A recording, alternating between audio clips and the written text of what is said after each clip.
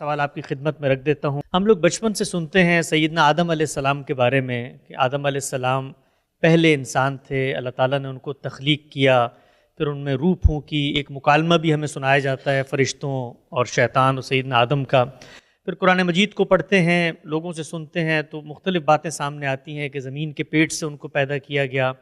یہ آدم علیہ السلام کون ہیں؟ ان سے پہلے دنیا میں کیا ہو رہا تھا؟ ان کی تخلیق کیسے ہوئی؟ اور پھر اس کے بعد ان کو دنیا میں جو بھیجا تو اس بھیجنے کا کیا مقصد تھا؟ اور یہ جو پوری کی پوری داستان سیدنا آدم کو ہمیں سنائی جاتی ہے مختلف مذہبی روایات میں، اس میں کیا چیز پیش نظر ہے اللہ تعالیٰ کی جو اس داستان سے ہم سیکھیں، سمجھیں، بطور مسلمان اس سے اخذ کریں؟ پہلا سوال مجھ سے اس نوعیت کا کیا گیا ہے کہ وہ ایک لیکچر کا موضوع بن جائے گا، لیکن یہ ملاقات کی نشست ہے تو میں بہت مختصر طریقے پر چند حقائق سے آپ کو متعارف کرا دیتا ہوں۔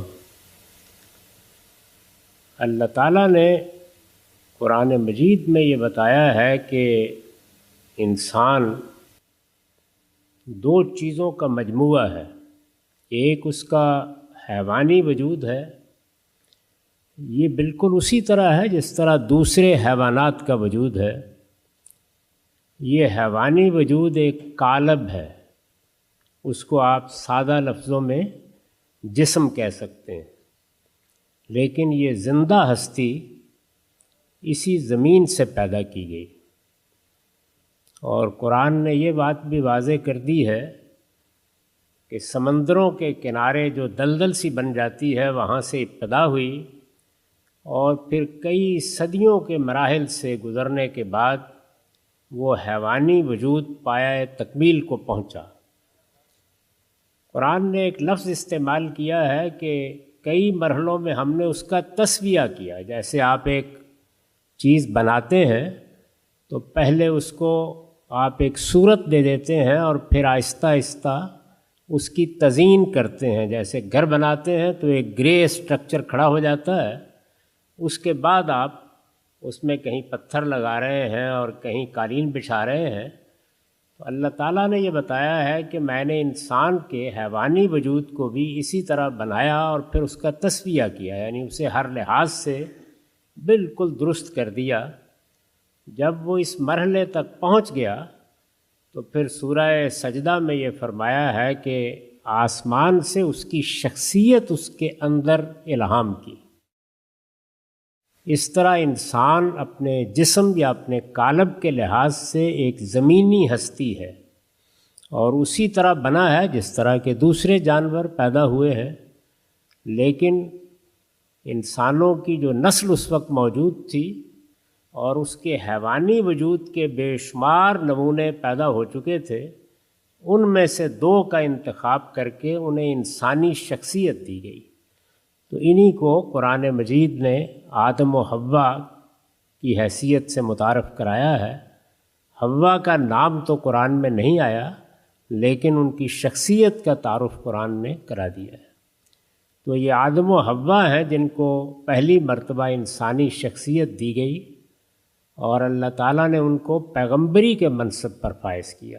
آدم علیہ السلام کو نہ صرف یہ کہ انسانی شرف حاصل ہوا، بلکہ اللہ تعالیٰ نے اپنی وحی ان پر نازل کی اور انہیں پیغمبر بنایا۔ اس واقعے سے پہلے یہ بات بھی قرآن مجید میں واضح کر دی گئی ہے کہ اللہ تعالیٰ نے یہ اسکیم اس وقت جو مخلوقات تھیں جن میں فرشتے بھی تھے، جنات بھی تھے، ان کے سامنے رکھی اور ان سے کہا کہ میں نے زمین کا ایک ذرے کے برابر ہے پوری کائنات میں اس کرۂ ارض کا انتخاب کیا ہے کہ یہاں میں اس کیچڑ سے ایک نئی مخلوق پیدا کرنے والا ہوں اور زمین کا اقتدار اس کو سونپ دوں گا۔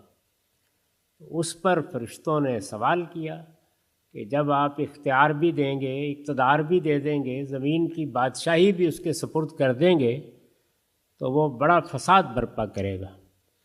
تو اس کے جواب میں اللہ تعالیٰ نے یہ بات واضح کی کہ میری اسکیم یہ ہے کہ میں ایک اٹرنل دنیا بنانا چاہتا ہوں، ابدی دنیا۔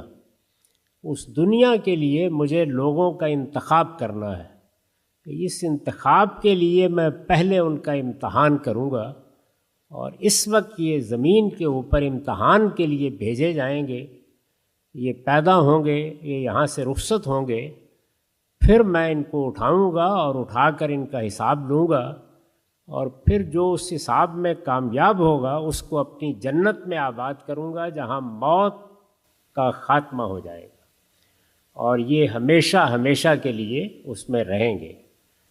تو اس مقصد کے لیے انسان کو بنایا گیا کہ وہ خدا کی ابدی دنیا میں آباد ہو، وہ ایٹرنل لائف اس کو دی جائے، اور اس دنیا میں وہ اس لیے بھیجا گیا کہ وہ پاکیزگی کا امتحان دے۔ یہ سارا امتحان کیا ہے؟ پیوریفیکیشن کا۔ انسان کے اندر خیر بھی ہے، شر بھی ہے، اس کے اندر نیکی اور بدی کا شعور ہے، اس میں اس کو زیادہ سے زیادہ پاکیزہ ہو کر دنیا سے رخصت ہونا ہے۔ تو جو اس پاکیزگی میں جتنا بڑا مقام پائے گا، جتنی زیادہ ترقی کرے گا، اس کے لحاظ سے جنت میں اس کے لیے مراتب ہیں۔ اس اسکیم کو سامنے رکھ کر انسان کو اس دنیا میں بھیجا گیا ہے۔ تو یہ میں نے مختصر طریقے پر وہ داستان آپ کے سامنے رکھ دی ہے، چونکہ یہ ملاقات اور سوالوں کی نشست ہے، اس وجہ سے زیادہ تفصیل نہیں کی جا سکتی۔